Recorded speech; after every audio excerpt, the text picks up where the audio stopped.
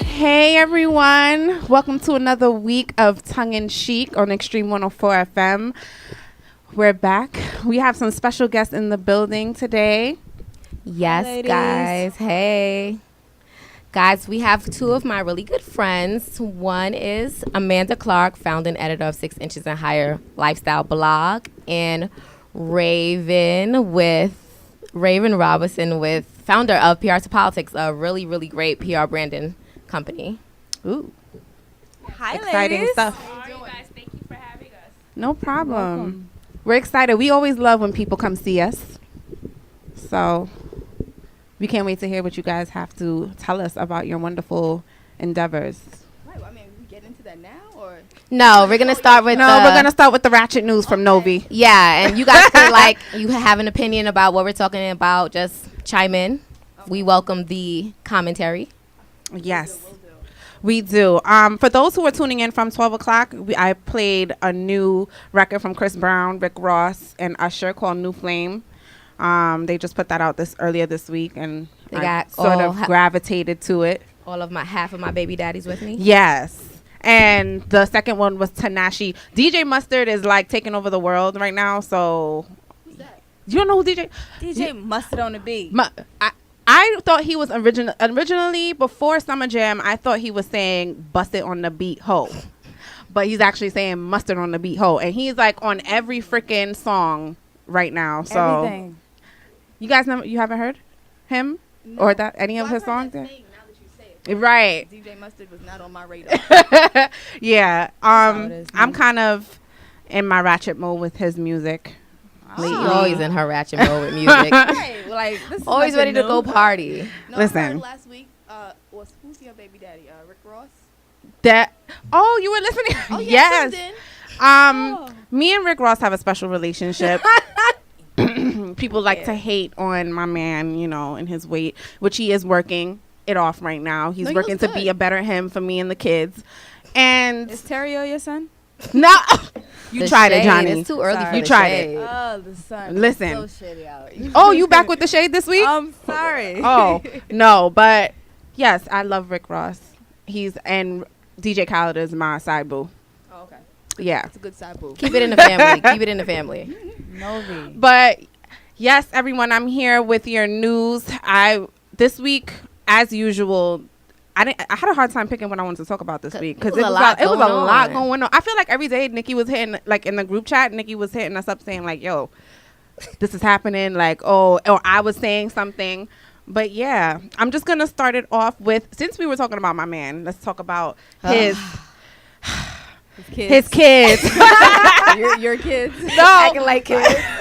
but I really don't want to. I'm gonna keep it cool. But Meek Mill versus Wale. Have y'all heard? Oh yeah, we heard about that. You did. Okay. Something similar, but you gotta fill us in because we like sophisticated ratchet. Yeah. We know all the way there. Yeah. So basically, he shocked the Twitterverse when he just he has a record coming out on September 9th, and it's called "Dreams Worth More Than Money." Okay. And it was, I guess he felt like he wasn't getting the support of his label mates, specifically Wale. So he went on a Twitter rant, and he said, this is what he had to say. "When you're young and successful, you experience a different type of racism, and it brings jealousy, hate, and a new level of people trying to bring you down. Wale, I'm sorry, Wale just ain't going to tweet a thing about my album. He's been hating on me a long time now. Don't even text me, cornball. Hashtag Uno T MMG." Then he goes on to say, "I don't really want no suckers arm reach of me. My hands might lose control. That's how I'm rocking. Everybody can see it. None of y'all dudes, don't call me, text me, nothing. It is what it is." And he went on to go further. But then Wale responded. He decided not to go the Twitter route. He put up a post that he posted on Instagram. He reposted it, and this is what he had to say. a few weeks ago, 7 weeks to be exact, I posted this, but okay, moving along. My Abby always change. That's when it's that time, assuming that he means the time of an album release or whatever. Okay, that's enough, y'all. See, Razor Ramen post on his NO. But I don't care. I wrote a long ass post before his single dropped. Mariah record dropped. Nobody said a word. I didn't care. I still don't. I carry myself with confidence and humility. I always try to have a lighter side to MMG because I understand that I don't fit the mold. So if I'm trying to spruce up an interview to show that we not trying to be serious tough guys on the red carpet or try to be a bit more engaging to broaden our audience, forgive me. Then he goes on and on. And then at the end, he says, I see Daquan jokes all day yesterday. I patted myself on the back that I'm regarded as aforementioned adjectives and not Daquan. I'm me and I'll be me and I'll do this shit with my do till I don't want to do it. I encourage you to wake up as soon as you find time. This is a post about nothing. And that was just a little bit of his rant. That was kind of deep. Yeah. Well, we know Wale's the deep. Hey. But that's a respect. Yeah. He's the Leave deep Wale one on alone. the... I love Wale. Did I anyone love come for Wale? Wale. No one came for Wale I'm just yet. making sure. Oh, okay. I'm trying to stop it in advance. Oh, okay. Because you know I was coming for Wale. Yeah, that's why I You started. don't like Wale? No, we have this argument every day. Wait. Literally. I would think Johnny is, And you he's know... a A Drake. How A you like Drake Drake lover, and don't like but Wale?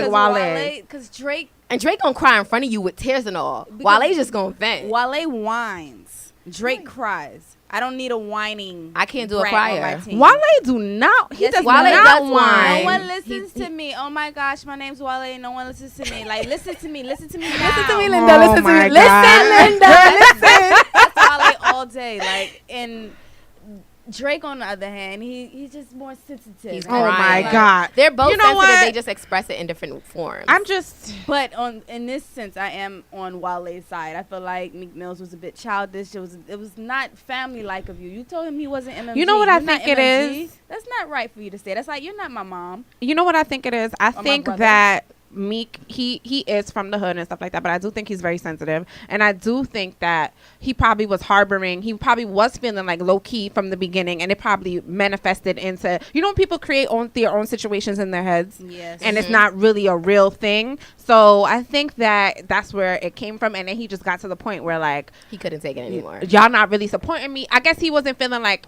they weren't doing enough to support him. But Omarion didn't tweet nothing. I was. All I was like, oh, so you gonna come at Wale, but where Omarion at? Yeah. Oh, hiding under the shade. I guess dodging bullets. because the other rappers are not on a higher, like a bigger level. What's the other guy's Omarion name? did tweet something about it. He did. Him, Stolly, Rick Right. Ross, French, P. Diddy, they all French is tweeted. not even on MMG. Just move But aside. They all tweeted Oh, something okay. about it. If I was Rick Ross, My I boo. would honestly put them on timeout. Yeah, they stressing You my stressing man the out. boss out. They ain't nobody stressing him out. Yeah, he was over there trying to focus on himself and me, and we don't need this type of drama in our lives. Did y'all It's catch ridiculous. the meme? Okay, No, more importantly, it's just that when you're a family, and right now MMG has these most amazing brands going on. They only have good publicity. I mean, Rick Ross had his little stint last year with the whole thing with, you know, that quote out of the rap song that made him lose his endorsements over Reebok. Right. But he's bounced back from that. You know, MMG. Meek Mills, he's on probation. Normally, I was gonna segue into that. Prior to the, you know, before what we're gonna lead into next, he was good. Wale always has great publicity. MMG was doing this thing. You know, we all thought they were a family. We were like, you know, it's kind of a new school bad boy. It is. It's dope. And Meek Mills lets the drama out. Like, you don't. The Italian mob never let nobody else knew there was drama in their family. Why we can't get it together? You know, I think that I think that it's something that could be overlooked. But just like I do think that once stuff hits social media, then it could be a bigger deal than it. Like if he had hit him up and said, "Yo, why you not supporting me?" It would have never. It probably wouldn't have been that bad. But you know. But leading into what we were gonna lead into, Meek Mill has had a bad week. Yeah. He was salty, and now he's salty behind bars. Right. He is now locked up for 3 to 4 months, so he won't even be out when on his scheduled album date. So he's actually in jail right now. He's in jail because he violated he got mouthy with his DA. And he was like, if you follow Meek Mill and you know a little bit of his story, he has a lot of legal problems, and he's not allowed to just move freely as most artists. He has to check in with his parole officer before he does shows. He can't just travel anywhere. He can't just get up and go. And when you're reaching success and you have to deal with that, it can be kind of hard and it can be kind of frustrating. So I guess it just got to the point where he was just like, yo, I need to go make my money because I have a family to take care of. And yeah, they just were not trying to hear that. And then he got mouthy in court, which is not the best idea. And she said, listen, I didn't want to do this, but you're making me do this, and I'm going to lock you up. Clearly, him getting mouthy is not getting him nowhere. Yeah. So, yeah, I don't know how that's going to turn out, but best of luck to MMG and all of that's going on. Dad. Moving on to an ex-Love and Hip Hop cast member, Who? Olivia. Oh, shit. Yeah. I totally forgot about her. I love her. Yeah, she is honestly one of the sweetest people I've ever interviewed, and she's Jamaican. So Woo, woo. We connected for like a 2 seconds. That's our sister now. Yeah. She dropped her book this week. She has a book. She dropped. Yeah, a she book was writing a this book week. about her experience in the industry or something like that. Yes. Mm. Well, music. huh? Music. She is actually. I was gonna get to that. Okay. I'm gonna let you. She has a couple of stuff going on, but her book is called Release Me, My Life, My Words, and I guess it's an autobiography. It's not a tell-all, but she just wanted to tell her experiences. I guess a lot of people, when it comes to her, she's one of those people. Do you know what that publishing house? Because I'm interested to know who took that. No, I don't know. I gotta find that out. Yeah, you could My soul's research not that. gonna sit right till I figure that out. She was presented with the opportunity to write the book, to publish a book, and she took it, and she wanted to basically let everybody know her experiences. And she's one of those people who we've seen that had the opportunity to get to a bigger level, but something is just not working there. I don't know if it's her. I don't know if it's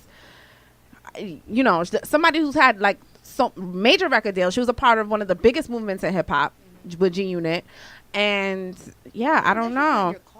So she sat down with, and the sad part is too, like, she could really sing. You know what I'm saying? Like, I would hope to see her finally step into something, on a bigger scope. But she sat down with Global Grind, and I believe it was earlier this week or yesterday, and she opened up about Wendy Williams and her hate for Wendy Williams. She hates Wendy? She hates Wendy. Why? Well, she hated her.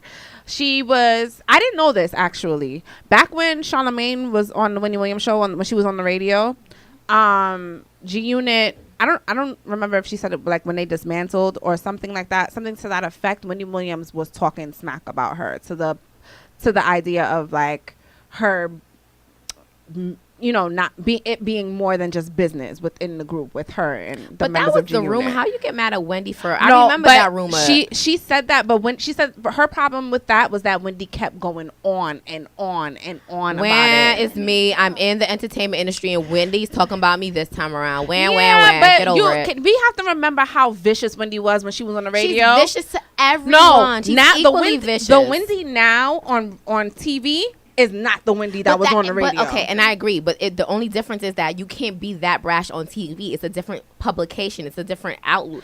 It's a different True. route. So you have to adapt to Back that. in my heyday, Radio days, Wendy got on everybody. Listen, and that's why she got cussed out by Whitney Houston, because she used to take it too far. All right, but she took it too far. what I like about Wendy, and I say this all the time, she's consistent. She's a consistent asshole.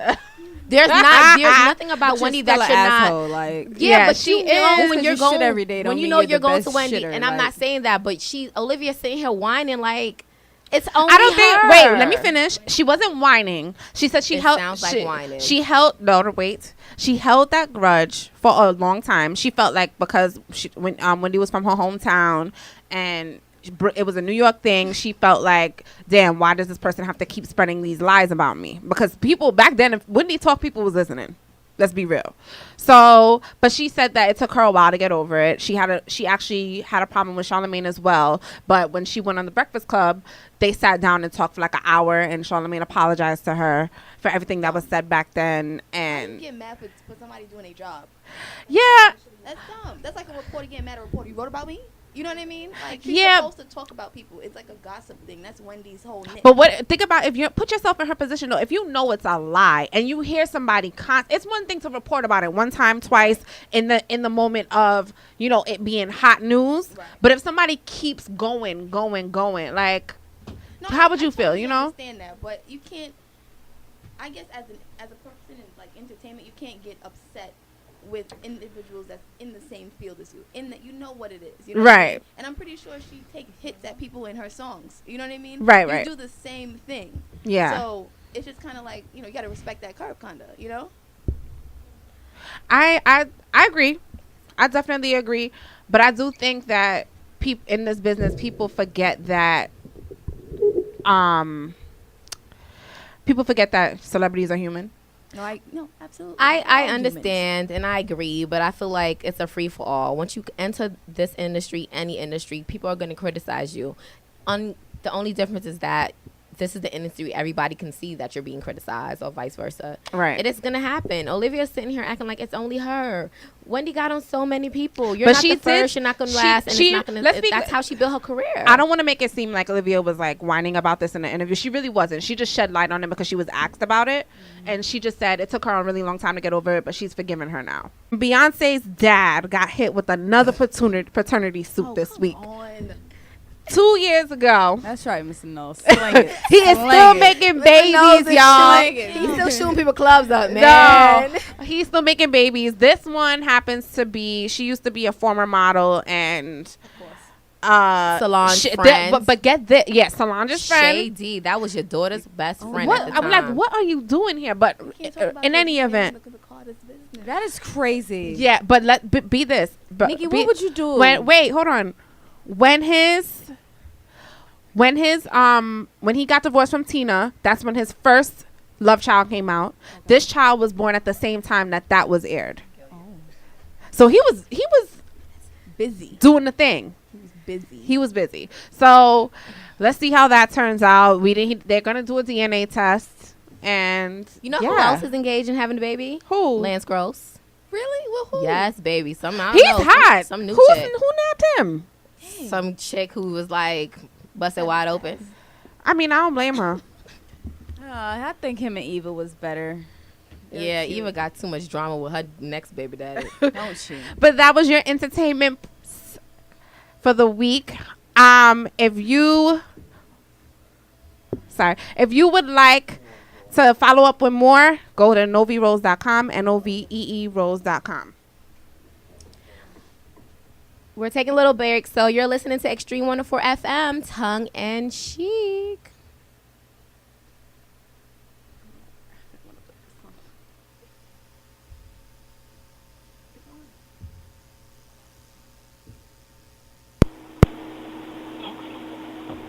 Someone is on the phone. Hello.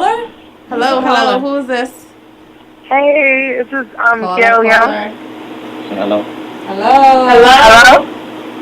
Hello? Anybody there? Hello? Who is this? This is Kiara Young. Hey, girls. How you doing? Hi, Kiki. Yeah, I'm finally tuning in live, yo. I know. This is Kiara. Kiara is This is the first Saturday I'm not working anywhere. Because even last Saturday was my birthday, but I was... Yeah, you were partying up at that barbecue. Yeah. Yeah, and at that time, it didn't even start yet. I was just sitting there, and my phone died, so I couldn't even tune in. So, but, hey, yo, I got a response. Yo, this dude got the best friend pregnant? Who are you talking about? Matthew knows?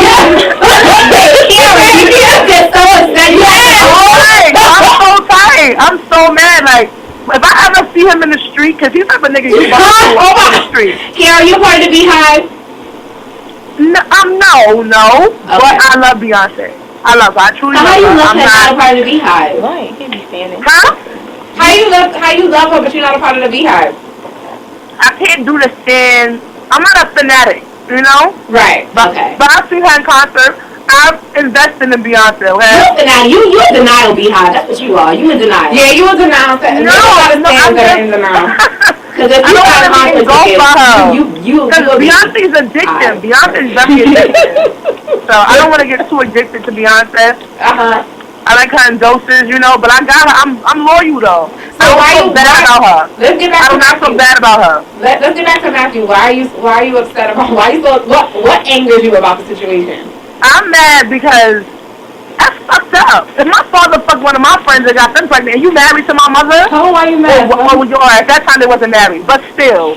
You know what like 2 years ago. You know what bothers me about it though, for real? I think that it doesn't bother me as much as the timing. Like he was still married to Tina, and his love child came out around the same time. This just happened to come out later. So that means you was knocking up, like you just going around having unprotected sex with people. You old one. Mm-hmm. You still having unprotected sex, and you going through a divorce. Like, what is your life about? And you don't care. Like, one thing is this: you don't care about my career and my life. Like, I gotta deal with this shit.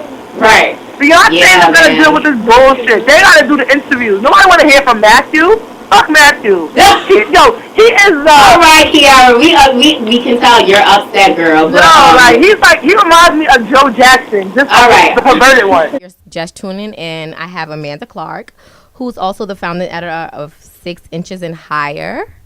She's also a recipient of the Sean Carter Scholarship Foundation and was profiled on their website the other day because she's just thebomb.com in Tamar Braxton voice. And then we have Raven Robinson, who's the founder of a PR firm, PR to Politics. And geez, Raven does so much. She's the girl you need to help rebuild your brand. Like, she'll get your crap together. Oh, so you ready to work with me? She does. I pay. She does focus a lot on politics, you know, but she's definitely going to have those strategies and those tactics that will get your small startup business off the floor in tip-top shape. Hey, ladies. Hey, Hi, guys. Thank you for having us. So, yes, as Nikki said, Amanda is the editor-in-chief of 6 Inches and Higher, which I contribute for. I don't give PR tips on that. I give really just entrepreneurial tips, and we work with Nikki, who's amazing and who fixes it all up, cleans it all up, so I don't be online looking crazy. Thank you for that. Yeah, my other side gig is I'm the managing editor for 6 Inches and Higher as well. Yes. So. And then in 2009, I started a PR firm called PR to Politics. So initially, I went to school for political science. I've always loved politics, but something that I noticed is that I felt like elected officials, they're always winning. They're always winning in the sense of, you know, the way they brand themselves. They always find a way to not, you know, pay for anything, but still kind of yes, because they raise the money to get everything they want. They get everything they want. I mean, when's the last, like, for instance, we know Bill Clinton, we know his children, we know Obama, we know their children's names, we know everything about their brand. Even if you're someone who doesn't tune into CNN, you know about them. So I figured, okay, what is it about their marketing or their strategy that can be applied to other businesses? And that's how PR to Politics was created. Yes, we do work with a lot of grassroots elected officials, like people looking to run for Senate, but then we also apply that strategy to other things. So what Amanda and I work to do is we work to really analyze, okay, on a political campaign, what are they doing? They're having them as a public figure. They're having them speak at graduations. No problem. When you're the CEO of a fashion brand, we're going to have you go speak at a graduation. We're going to have you do things as a public figure, do more philanthropy work so that your brand is long-standing and there's not a popular culture thing. So what Amanda and I are going to do today is get into 5 tips that are not necessarily just PR tips, but a mix of a blend of PR and a blend of just, for all my entrepreneurs out there, just go for it. My number one thing is always be fearless. I hate when people have a great idea and they're scared to start it. You ever see those people like, or you ever have a friend and she tell you an idea and you be like, you thought of that? Like, Nikki, why you didn't start that? Like, why you didn't? Nikki can attest to that. You have to be fearless, because the reality is, what's the worst that could happen? Especially for us young people who don't, have trust funds and things kind of set up for us.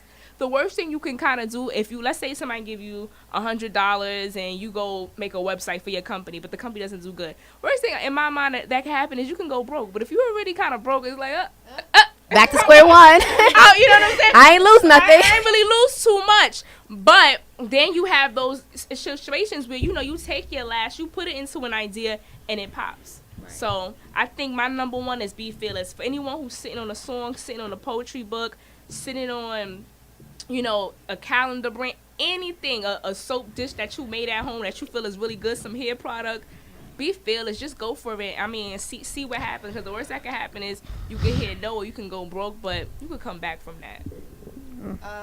The next tip I would say is choose something that you're truly passionate about, because it's definitely going to be something that you're going to have to put your all in. You're not going to want to get tired of it. And if you do, then you're going to have to think of something else, right? Great.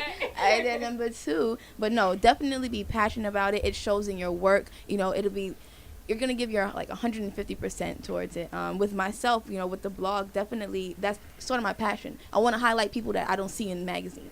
I want to highlight people that I know are grinding and I see them grinding and they just need some form of platform to say, you know what, I acknowledge you. I see you. I feel like Oprah, she spoke to me on her last show. Oprah said, all people ever need is validation. I see you. Yeah. I hear you. That is the realest line ever. And that's in every aspect of life, relationships. Absolutely. So I mean, that's kind of not the premise for the blog, but that's definitely a portion of it. I want to highlight those individuals that I really, truly admire. The people that's working, the ones that's passionate about their business, that wake up at 8 o'clock in the morning, don't go to sleep till what time was that? You know what I mean? So definitely be passionate about something that you're going full throttle with, because then it doesn't feel like work. Right. It's just fun. It's just, you're never working if you're really if you're really doing something like what we are all doing right now. Yeah, this is work, but it's not. It's not. Yeah, it's not. You definitely have to enjoy what you do and love it, because it's gonna showcase in your work. If you're doing something you're not enjoying it, you're not passionate about it, it's gonna show. Your consumers are gonna know, they're gonna see it. A third thing is always have good personal branding, but most importantly be consistent. So consistency is my favorite word. Consistency is like, you ever see one of those people that they feel like it seemed like they jump ship for ideas, and the first idea wasn't properly branded. Maybe you have a movie coming out, but there was no book for it. There was no website for it. But then maybe you have a book out that you never did a book signing for, but then they had the art show that wasn't really. It's like you just kind of all over. Everything kind of needs to be in sync. And I know with the blog, the strategy that we have, we can write our blog posts whenever we want, but they go out a certain time and date. So our fans, consumers, whether it's one reader or it's a million readers, they already know Monday at 12 I can expect this. Monday at 3 p.m. I know I'm gonna see this. You have to be consistent. You can't throw people off. You can't be that person that sends out an email blast of what you're doing once a month and then people don't get something till next summer. It's like, So your personal branding, always be consistent and, always kind of have your niche and let it be known to people, because I really feel like businesses grow through referrals and people knowing what you do. If everyone sees us doing something, they're not going to say, oh, I wanted to refer you to my, I had a construction job. I thought you would be great for it. It's like, girl, I'm trying to sing, but you throw people off when I just see you, doing something construction wise the other day. Like, everything has to be in sync. Your social media, what you're doing, your speaking engagements, the events you're attending, everything has to be in sync with the industry that you're doing. So this way it opens the platform for people to know you as an expert in that and give you referrals.